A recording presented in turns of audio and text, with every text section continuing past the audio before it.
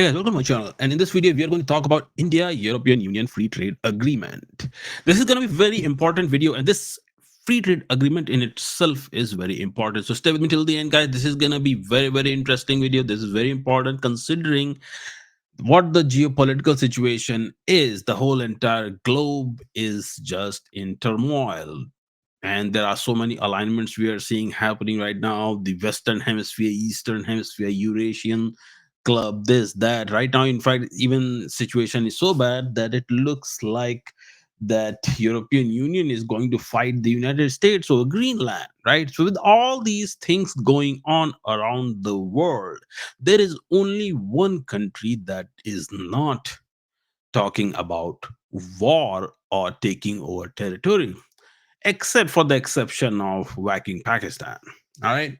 Now, and this is why this free trade agreement between India and European Union becomes even more important. Why? Because if you look into it, then European Union right now is in quandary. It's in big dilemma as to they don't even know who their friends are and who their enemies are. Even the same European Union that was ready to sanction Russia, or not ready, but actually the European Union that actually sanctioned Russia is not ready to talk to Russia. Okay, the same European Union that considered US as its best ally and this and that, right now European Union doesn't even know who is going to guarantee their security. So now they're working towards some sort of formal regulation, some sort of agreement, some framework for the security of the European Union outside of NATO.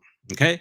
And also, not to mention the interesting thing that's happening is that in France Parliament they have filed a motion to withdraw from NATO also. So the lots of things are going on, and in this whole entire thing where European Union's um, economy is going downhill at a rapid pace, so they are definitely looking forward to this free trade agreement. And considering India has its own ambition of being a developed country by 2047, then India has ambition of being a 5 trillion economy by 2027, and so on and so forth, like that. There are many things, right? Many challenges, many interests, ambitions, all that they have to accomplish all those things. So with considering all that, this India European Union free trade agreement is very important. So let's talk about that. Let's see what are the pain points, what where the whole entire free trade agreement is right now. I mean, yeah, it's been said that this very close, very close, we are right there, we are right there, we are right at the door, we are knocking on it, this that. All those things are said and have been said, but nothing has been signed yet. Okay. And on 22nd January, India and European Union are going to have a India European Union trade summit as well in India. So all those things are going on. Okay. So let's see what exactly is happening. And please do like and subscribe, and let's get started. Okay. Now, have you liked and subscribe? All right, let's do that. Okay. Now, first of all, as usual, I will share my slides because it's best to talk with some data and some proof to maintain the authenticity, right? We don't want to just unnecessarily get on here and some blabber, some random BS, something I'm not a very big supporter of. All right. So what exactly happened? Let me share my slide. Let me share my screen real quick. Okay. So, and here is what happened. What happened is that India's Commerce Minister, okay, Piyush Goyal, he visited Brussels on January 10th and January 8th and January 9th, and he's back actually to accelerate in European Union and India free trade agreement talks. Okay, now Union and Indian negotiation is actually, you have to understand that it's a package of three main agreements. First is the free trade agreement. Free trade agreement will address the tariffs, the taxes, the risks and securities and all that, the investment protection also involves the intellectual properties, profit sharing and all that. And then comes the geographical indications part. Okay, this is third part. So what is geographical indication? So geographical indication is something that India takes it very seriously. Okay, why? Because uh, it actually uh, it relates to the identity of a particular place in India. Okay, for example, like you might have heard the basmati rice or Darjeeling tea. Darjeeling is a place in India. It's a tourist place. Okay, so you might want to go there. It's very good. It's beautiful. So Darjeeling tea. So Darjeeling is a place. So what India is saying that they have some. I mean, they don't want to remove those names so and all that, and just put the company name or something like that. So that's what they are saying. So these things are being negotiated, and all these things are being worked at right now. Okay, now so what happened is that negotiation at first. um Basically they were working on it, and then somehow negotiations stopped. All right, negotiations stopped in where? In January 20, around August 2020. Negotiations stopped because of the COVID. Now we will say, what about COVID? So what happened is that uh, there were some pharmaceutical products, okay, which were actually medically tested, but European Union unilaterally banned it. And when they banned it, India didn't like that. So they simply said that, okay, let's put a hold on this whole entire free trade agreement. And when the atmosphere is good, and the whether we can hold the talk when the time is right, let's just say that, okay, when the time is right, we will renegotiate. And so what happened is that this whole entire free trade agreement relaunch was launched it was relaunched in on 17th June 2020, in the midst of Russia Ukraine war. And the whole idea was to basically, they were aiming to conclude this whole entire free trade agreement by December 2025 last year. But clearly all those and the whole entire thing got pushed further, right? It's still going on, right? So so what exactly is why this whole entire thing is this way, why it got pushed, right? So lots of these things are there. Let's go and let's talk about it and discuss all that. All right, now, so what exactly the free trade agreement package is? I just mentioned all that. So free trade agreement package, first of all, is there three aspects to it. Free trade agreement is there, investment protection is there, investment protection agreement, the geographical indications are there. We talked about the free trade agreement, what will be discussed, lowering the tariffs, opening services, setting trade rules that are enforceable, all that will be discussed. The investment protection is about investor safeguards, non-discrimination, protection against uncompensated expropriation, dispute settlement and all that thing. Then you have geographical indication, right? Our name protections, like think Darjeeling type protection logic and applied bilaterally across the product. Then basmati rice is there, right? So all these things are the, or Taj Mahal tea like that. So in India these type of things are there. Okay, so that's why. Now, so why this FTA really matters? Now let's look at the numbers here. Okay, numbers wise, if you look into it, then you find that European Union and India goods trade in by 2022 was $115 billion, which went up to like almost 130 to 132 billion dollars by 2024. All right, and with 40 out of this thing, the 47.6 billion euros is European Union's export, and 67.6 billion euros is European Union's import. So basically, there is a trade balance is in favor of India in this respect, as far as goods is concerned. Okay, now this relationship is sort of kind of asymmetric. European Union is India's second goods partner, 10.8%, but India is European Union's number 10 goods partner, 2.1%, meaning that as far as goods are concerned, India imports very less goods from European Union. See, this is the case not just with India. Actually, this is the case with pretty much any BRICS country that trades with the Western country. Okay, this is the case that there is a very big disparity when it comes to the goods trade. All right, and where the BRICS countries lag is as the services. or the technology and all that aspects. Okay, so those type of things, Western countries actually lead in that aspect. All right. Now, European Union exports to India are mostly manufactured good, 87.4%, led by machinery and vehicles, that is 43.3%. European Union imports from India are mostly manufactured goods, 83.5%, and including machinery and vehicle, 21.3%, and chemicals, 18.1%. Now, if you notice this thing, okay, you notice this, that both countries do this, machinery and vehicles. Okay, they both do machinery and vehicles right here. If you notice, they both countries do this. Okay, and both countries are asking each other that, hey, you lower the tariff for my vehicles and machinery. And India is saying that to European Union, and European Union asking the same thing from India, that, hey, can you please lower all these things for us too? And that's where the sticking point is. Whenever there is a conflict of interest, that's where the sticking point actually starts and originates. And right here is your conflict of interest, that if both depend, the question is that who is going to lower the tariff? Anyone who lowers the tariff or opens the completely the market for this thing, then their domestic trade is going to, or domestic the market, or the industries are going to suffer from it. Okay, there is a big competition.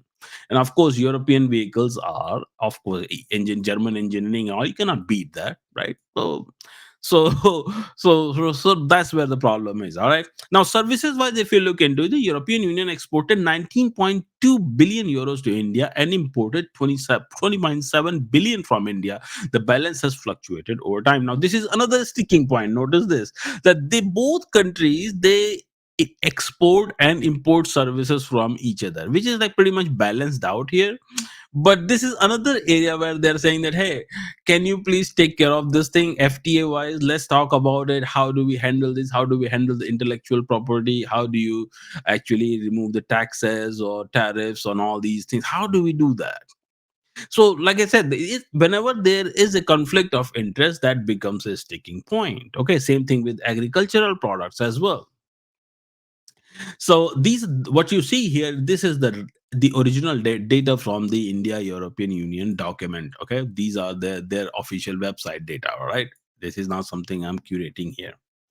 All right, so now, so why this is why this FTA matters, because if you look into it, then the trade is almost 130 some billion dollars. Okay, this is the data that you see.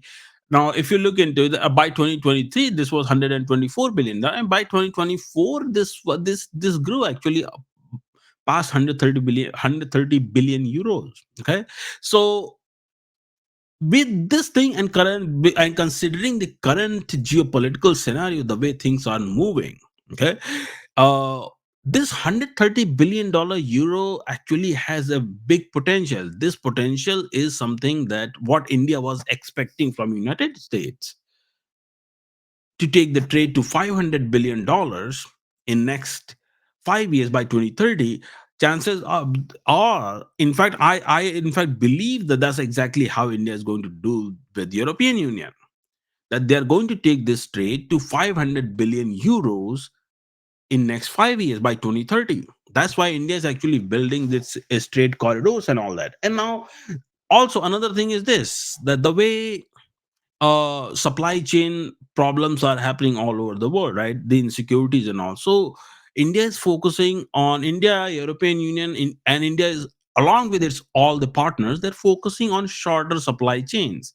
They don't want to go from India all the way to US, or they don't want to go deliver goods to South America and all that. Right? That is filled with problems. Longer the supply chain, more the risk, higher the risk, and higher the insurance cost. So you cannot lower the product price. So your export actually will have higher prices no matter what. Okay, so that's why if you really want to stay competitive, you want to have partners nearby so that you can have shorter supply chains. All right, so that's why I'm more optimistic that India and European Union trade is going to go up to 500, 600 billion euros by 2030, and that's gonna actually help European Union and in boosting their economy as well. Now, I'll give you one example. One example would be that France GDP is not growing, but right now India just signed a 20 some billion-dollar deal where India is going to acquire 114 Rafale jets. The same Rafale jets that actually bombed Pakistan, those Rafale jets. Okay. And then they're going to acquire 25 some more fifth gen fighter jets too, F-15, I think it is. So that's a 20 some billion-dollar deal right there. Okay, so that's exactly how it's gonna play out. Now, for example, German Chancellor Merz, he's visiting India right now. He's gonna do some more defense deals. So the defense deals that India was supposed to acquire or sign with the United States, India is going to sign those with the European Union. Okay, so more and more President Trump's uh, so-called he thought that he's a deal maker. What he forgot is that the others are deal makers too. Okay, others are dealers and deal makers. So you got to understand those things, that you're not in this negotiating position at any I mean anymore. The time for that US being in a negotiating position is long gone. Okay, only time now you can do is that you can only talk to countries, especially the great powers, on a equal footing. You cannot go and bark your orders anymore. That time is long gone. All right, now let's move forward. So the question really at this point is what India wants, and then we will talk about what European Union wants from this whole entire deal. Right, that's a legitimate question. See, for those who know India's market, okay, now I'm going to give you a little bit of history lesson on this. Okay, so the history lesson is this, that in the first industrial revolution, during the first industrial revolution, when normally in the first the credit to the first industrial revolution goes to the United Kingdom because of the steam engines and all that. Okay, that's what they say, that we invented steam engines and this and that. So now this is in this so the first industrial revolution goes to United Kingdom. But the reality of first industrial revolution is this: the reality is that you can have the steam engine, but question is, what were you producing at that time? Can you guess? What they were producing was the textile products. What they did is that, and that textile product they were doing is that they were stealing India's intellectual property and killing the Indian market and moving all the raw material and their market to the United Kingdom.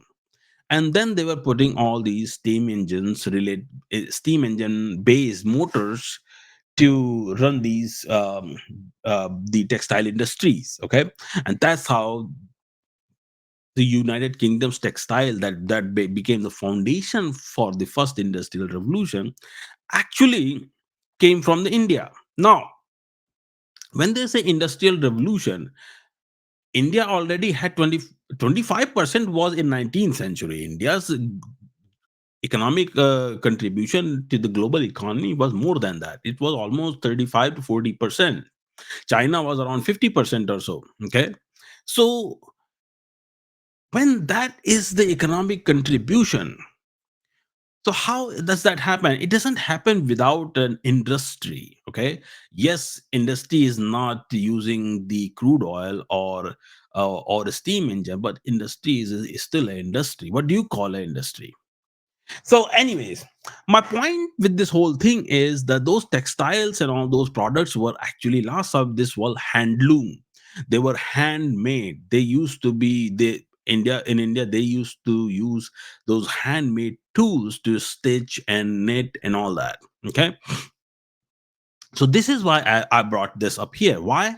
Because in this whole, the first condition is that India wants easier European Union access to labor heavy exports like textiles and apparel, because European Union tariffs on clothing are notably high by developed market standards. Okay, so and in India this is the this thing is basically, this helps India's MSMEs, the small companies, the the small labor market, the that part, right? So with this free trade agreement, that's what India is saying, that hey, we have this labor, these people who actually do things by hand and all that, why don't we just simply um help it. Now if you notice, now I'm going to give you even more interesting fun fact. When you see the India's prime minister wearing those kurta pajama, those white things and all that, right, the attire that he puts on normally whenever he visits anywhere, right, that attire is actually handmade. Those things are the hardcore Indian textile. They are actually made in India using the handmade tools. Okay, and that's what he wears. It's called the Yupika handloom attire. Okay, khadi. All right, now the second thing is the World Trade Organization tariff profile for the European Union shows the most favored nation applied average for clothing at 11.5% with a max of 12% with the kind of tariff an FTA can encompass. So what India is saying, that lower it from 11.5% to zero. That's what India is saying. Okay, India is not saying anything else. India is saying that yeah, if you want them as a most favored nation, just lower this thing for us and it's good to go. And what will this do? This is going to help the small businesses, those the textile producers in India, and that's gonna actually boost India's cotton industry. Okay, now now, so India also wants what? Fewer invisible barriers. For example, testing, certification standards. Because these things actually, those hidden red tapes, basically, I call it. Okay, and these things, what they do, they actually block the trade and they delay the trade. Now, in trade, delay means loss. That's all it means in trade. That's why whenever you produce something, you have to produce it on time. You have to produce it good. Okay, that's the whole point of it. All right, now another thing that is another thing that India wants is the services interest. Is also India wants services trade to grow further. Okay, and India wants its high tech industry, the workers, to get more access in the European Union market and all that too. So that's another thing that India wants. Now, what European Union wants, okay?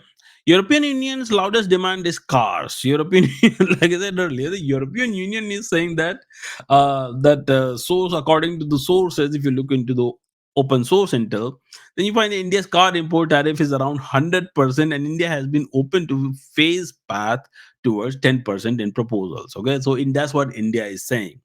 India is saying that okay, considering that we both sell cars to each other, how about we do the phased reduction of tariffs, so that our own domestic car manufacturers are not impacted by it all of a sudden. That gives them time to uh, work around things. That's what they are saying. Okay, now another European Union's priority is high tariff consumer categories like spirits, wines, whiskeys, and all that. So they are saying that you have to remove the tariffs from these things. Why? Because India does not want its domestic wine and whiskey and spirit and all those things, uh,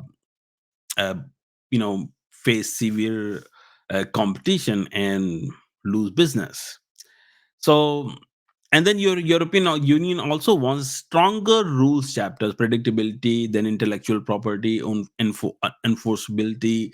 So these things they care about. What the point is that what European Union is saying, that their companies are saying, is that we want stable rules and we want rules to stay there for a long time. They don't. Their concern is that, let's say today rules are something, and then 2 3 year 1 year 1 or 2 years later rules are something else. So now they will have to uh, work they will have to work to find the workaround around that whole entire thing, right? So that's where the whole problem comes. All right, so that's these are some of the things that European Union wants.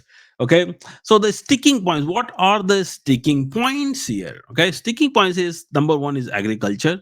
Agriculture is structurally hard. European Union or average, the most favored nation applied tariff on agriculture products is 11.7%. So India is a most favored nation. So on most favored nations, they apply tariffs of 11.7%, versus India applies tariffs of 39.2%, meaning India will have to lower its tariffs faster and more. They will have to cut more.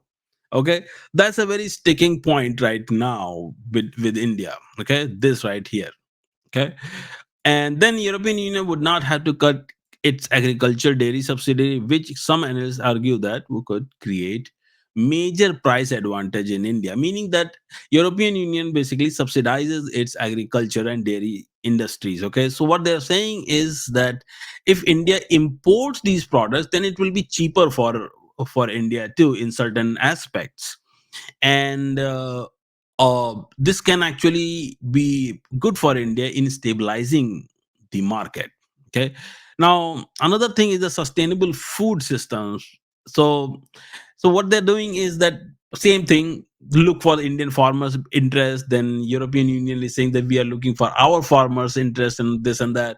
And the most important thing is cbam right here. This is another problem, carbon border adjustment mechanism. This is kind of a curveball, like in nutshell what this is. CBAM is basically the carbon tax. So if say something is being manufactured in India and it has high carbon footprint, then what they're saying is that it will have taxes according to that. That's what they're saying. So India is saying that, hey, how do we decide that thing, that this is how much the carbon footprint is and this, and basically India, in a nicely, India is saying that this is BS, just remove all that. That's what India is saying. Okay, because this thing, the CBAM covered goods, the assessment finds that 9.91% of India's exports to this, a cited assessment finds CBAM covered goods were 9.91%, meaning the 9.91% goods will be taxed under CBAM, like that. Okay, so that's what India is saying, that hey, you got to remove all these things. Why? Because then they can increase the CBAM tax. uh, and they may say that okay, 0% on one product, but because we have this is 0%, but this product has very high carbon footprint, so we're gonna have 30 or 40% CBAM on it. That's what they're saying, that so they're trying to basically fool the Indians on this whole thing. Okay, so India is saying that no, we cannot do that. Now, example wise, when we talk about the same line of reporting, so products like, for example, aluminum, right? Aluminum, iron, steel, these are the things that India exports. Now these things come with very high carbon footprint too. So what? So we give you all these products, and you're telling us that you're gonna tax them, you're gonna put tariffs on them, tariffs, or you don't want products, but you want India to export wood and plastic or something else, or maybe uh what? I don't know, icicles.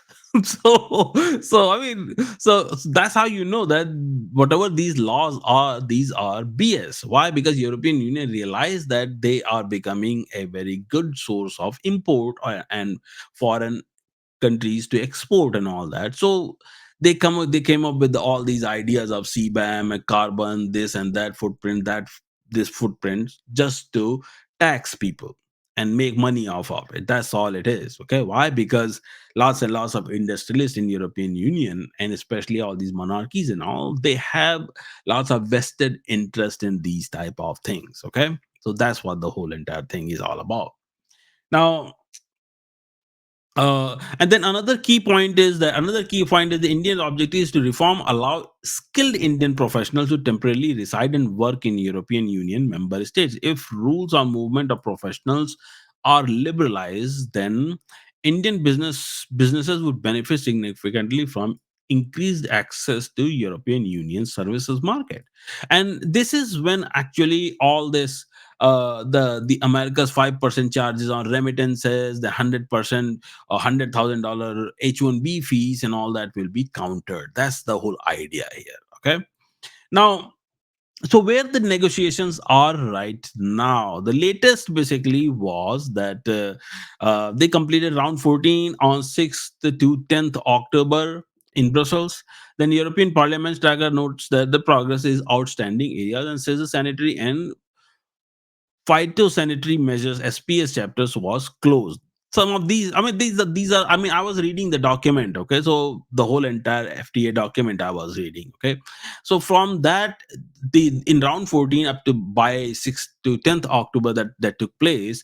So this SPS chapter was closed. They took care of it. Okay, and after that, what they have been doing is the chief negotiations level. It has reached to the chief negotiations level on in round 15 that happened in November. All right, now on 8th and 9th, what they have done is that India's commerce minister Piyush Goyal met with European Union trade commissioner Marco Savosovic in Brussels. Okay, Maros. So what they're saying at this point, what they're saying is that they're asking their bureaucrats to speed up the process and not linger this thing any further. That's what they're saying, that okay, let's not redraft the whole entire thing and this and that. No, they're saying that don't redraft anything, just simply make sure that this gets done so that they can actually sign this whole entire thing, the India European Union summit that is scheduled on 27 January 2026. That's why they are saying to asking to fast track this whole entire thing. Okay, so that's where the negotiations are, and that's where everything is at this point with the India European Union free trade agreement. All right, so and uh I think that with the uh France asking for India playing bridge between G7 and BRICS, I think that ship has sailed. I think what India is going to instead say that, hey, how about we play bridge between European Union and BRICS rather than G7 and BRICS? And I think that will be the turning point in the global politics. Okay, why? Because then European Union is going to emerge as a fifth pole in this whole entire thing. Okay, and we're gonna see a multipolar world where you will have European Union, then China, India, Russians will be there, and then, and of course, European Union will eventually sort out their differences with the Russians too. That's gonna happen no matter what. Why? Because simple thing is that without Russians' help, European Union cannot do anything in the Arctic. Doesn't matter what Americans say, what anybody else say, the green, take the Greenland, take this, that. But without Russians, you cannot do anything in the Arctic. Simple reason being that Arctic Council was run by Russians until they were sanctioned in 2022. So so the way I'm seeing it is that after all this trade agreement and everything else is signed, we are going to see some serious shift in the global politics and the trade in 2026. What serious things will be? I think that at this point European Union is going to get in talks with the Russians as well, and Russians are going to whack Ukraine. Ukraine is done. Chinese probably may actually go into Taiwan as well and take Taiwan, and this whole entire thing, Eastern Hemisphere, will be secured at this point. Now, Iran, that's a different discussion. We will talk about that later on. All right. So, this is it for this video, guys. I hope you learned something. I hope you enjoyed the video. Please do like and subscribe, and I will talk to you guys in another video. Take care.